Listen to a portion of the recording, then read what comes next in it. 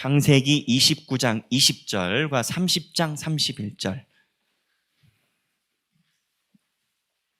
창세기 29장 20절과 30장 31절 말씀을 먼저 함께 봉독하겠습니다. 창세기 29장 20절 그리고 30장 31절입니다.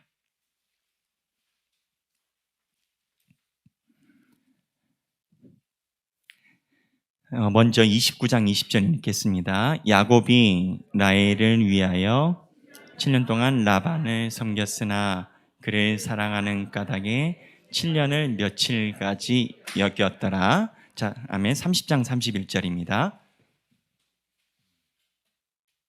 자, 30장 31절 다 함께 읽겠습니다. 라반이 이르되 내가 무엇으로 내게 주랴? 야곱이 이르되 외삼촌께서 내게 아무것도 주시지 않아도 나를 위하여 이 일을 행하시면 내가 다시 외삼촌의 양떼를 먹이고 지키리이다. 아멘. 이 말씀은 살아계신 하나님의 말씀입니다.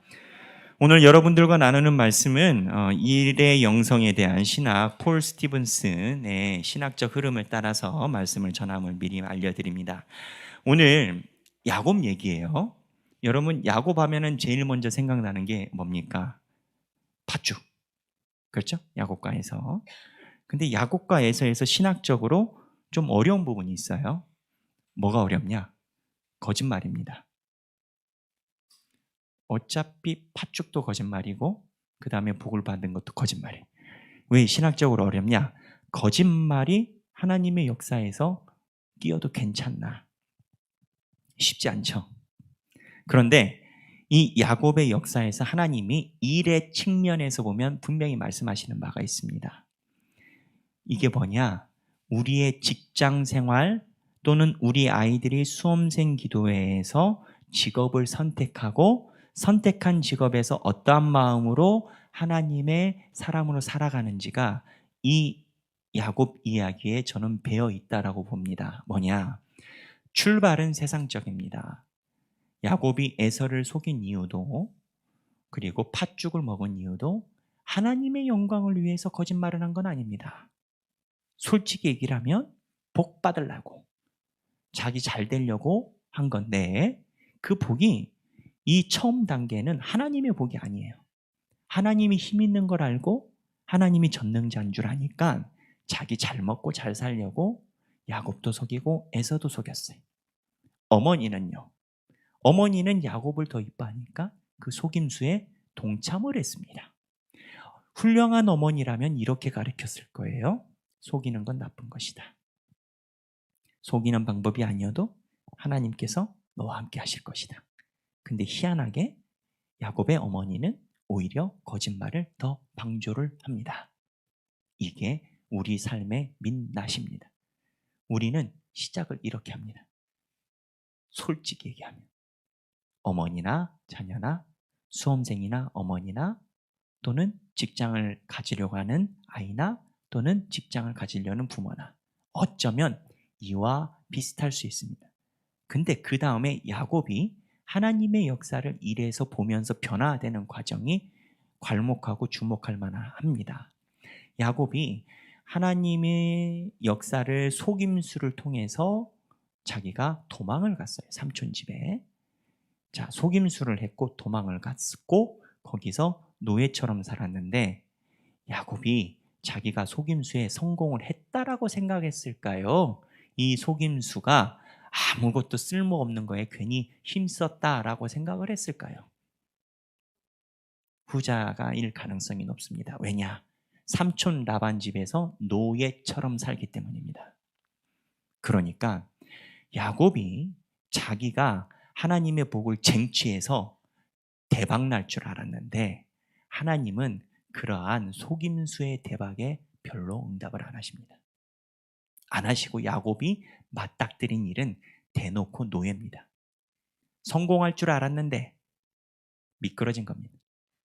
그런데 이 노예로 갔을 때 하나님이 야곱을 부르시는 방법이 있습니다.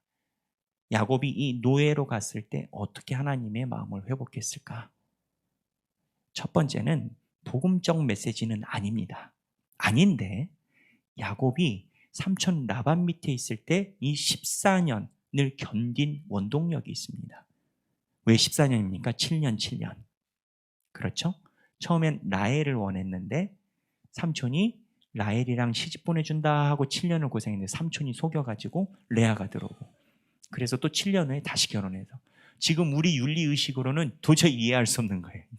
이게 그렇죠. 우리 윤리의식으로는. 근데 그게 중요한 게 아니고 하나님 안에서 윤리의식은 가서 물어봐야 되고 그거는 우리랑 전혀 상관이 없고, 야곱이 이 14년을 버티게 된 동기가 뭐냐?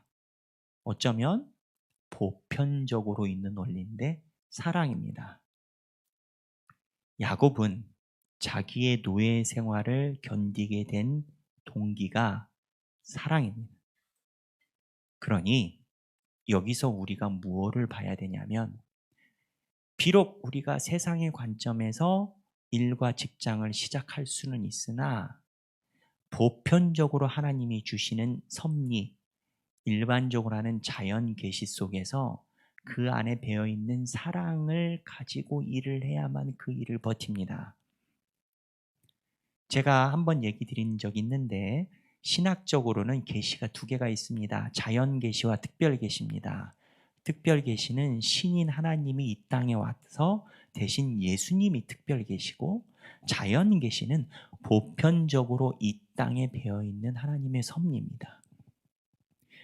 내가 욕심으로 그 직장을 선택했는지 몰라도, 내가 욕심부려서 직장을 선택하고 그 학교를 선택했는지 몰라도, 내가 원하는 결과가 나오지 않은 학교나 내가 원하는 결과가 나오지 않는 전공이 됐을지 몰라도, 내가 하나님께서 주신 그 환경이 하나님의 큰 섭리 안에서 실수가 아니라고 한다면, 하나님은 실수하지 않으시니까 실수가 아니라고 한다면 하나님이 나에게 주신 그 직업과 그 직장 현장을 사랑해야 버팁니다.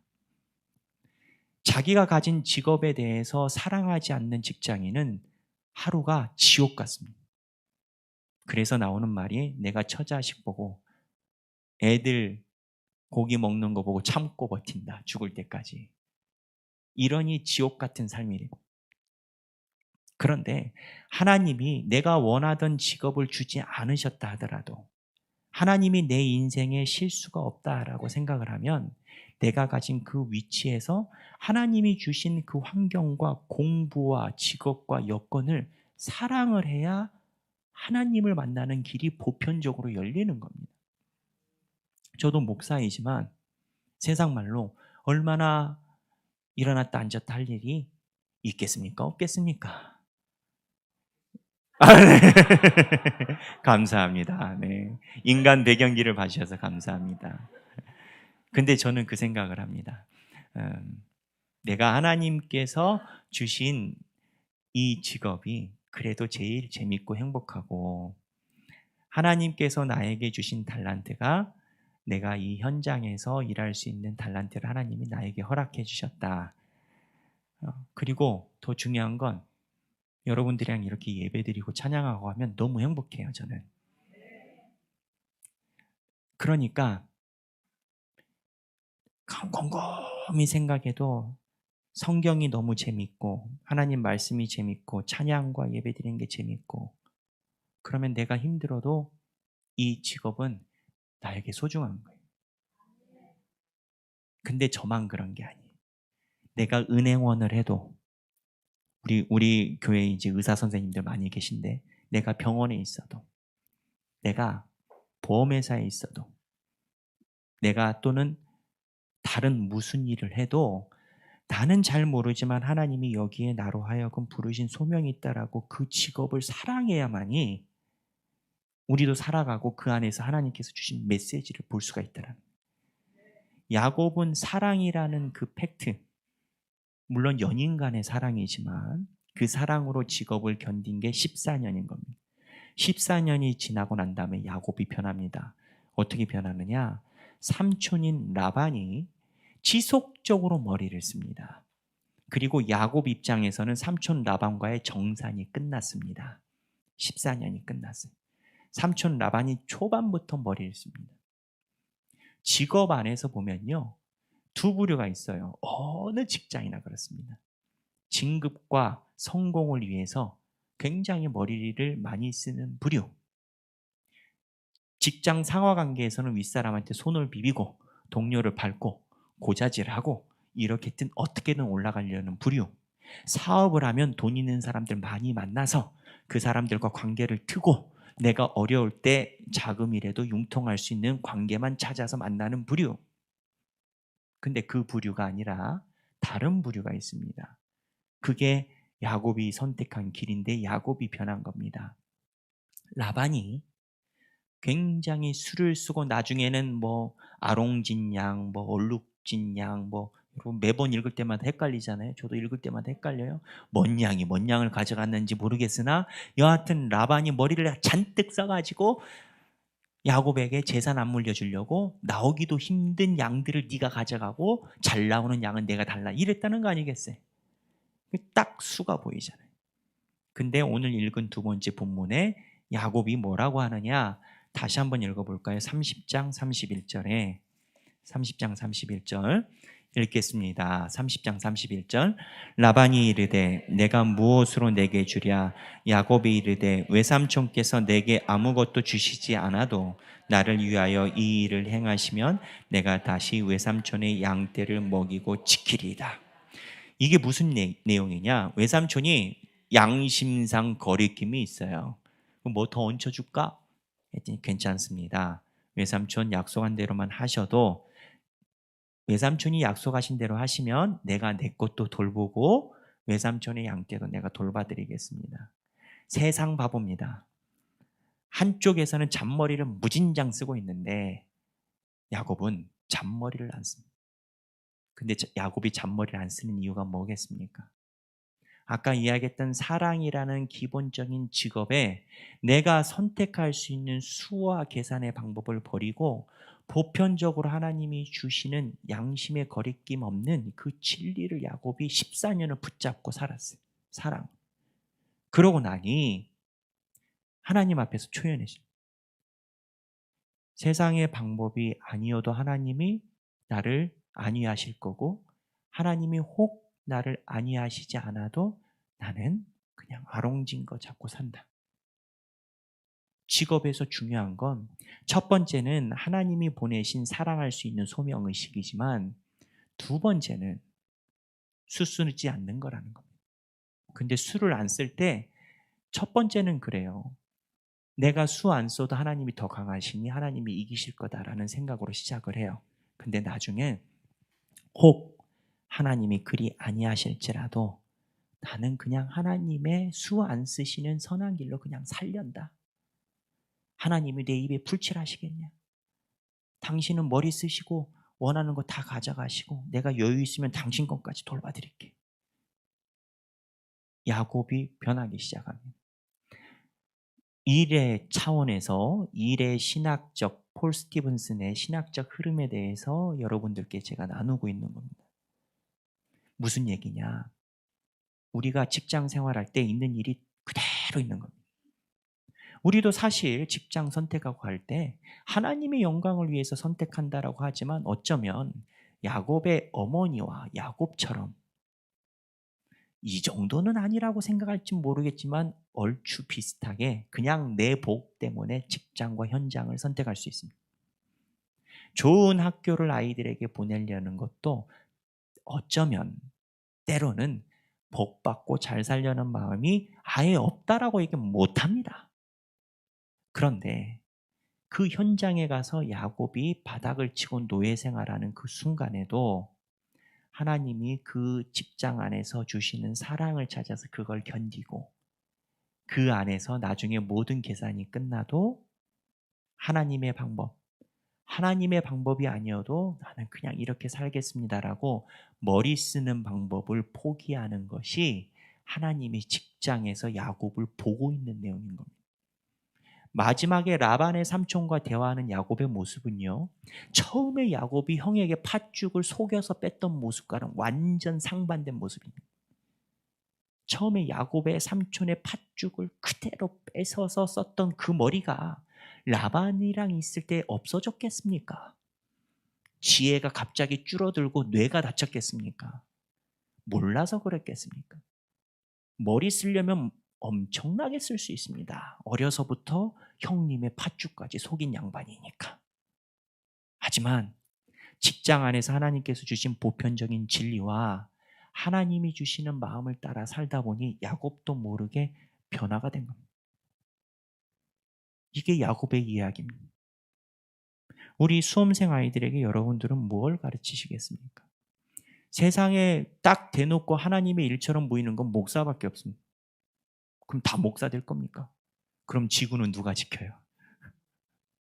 하나님이 부르신 소명이 다 달라요. 그리고 때로는 성공으로 그 소명을 부르시기도 하지만 실패를 통해서 부르기도 하죠. 중요한 건 성공이나 실패냐라는 세상적 눈높이가 아니라 하나님이 나에게 주셨다라는 그 지명에 대한 직업에 대한 소명의식과 그 직업에 대한 소명의식으로 감사하며 사랑으로 그 직업을 섬길 수 있느냐라는 거예요.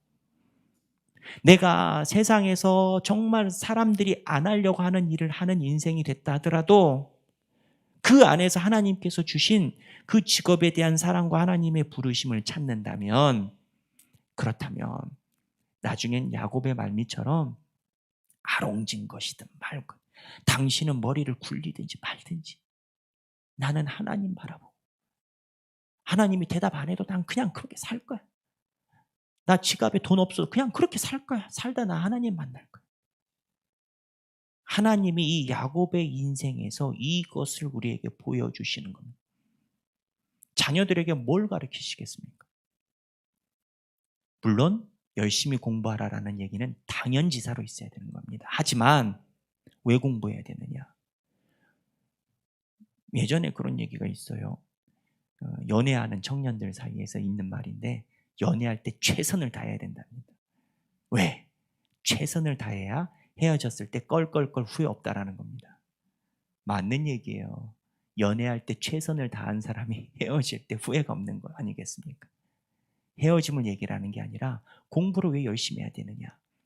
내가 최선을 다해서 그 길의 끝자락에 가야 실패래도 하나님의 뜻이라고 생각하고 성공해도 하나님의 뜻이라고 생각을 하지, 공부는 빈둥빈둥빈둥 하면서 나중에 끝자락에 갔는데 이건 하나님의 뜻이 아니라 내가 공부를 좀 덜해서 그런 것 같아. 이러면 음성 듣지도 못합니다. 이런 측면에서 자녀들에게 하나님의 음성을 듣기 위해 최선을 다하라고 얘기를 하는 거지, 서울에 있는 SK를 위해서 공부하라고 하는 게 아닙니다. 최선을 다해야 그 최선의 결과 끝에 나오는 결과를 하나님의 음성으로 들을 수 있는 겁니다.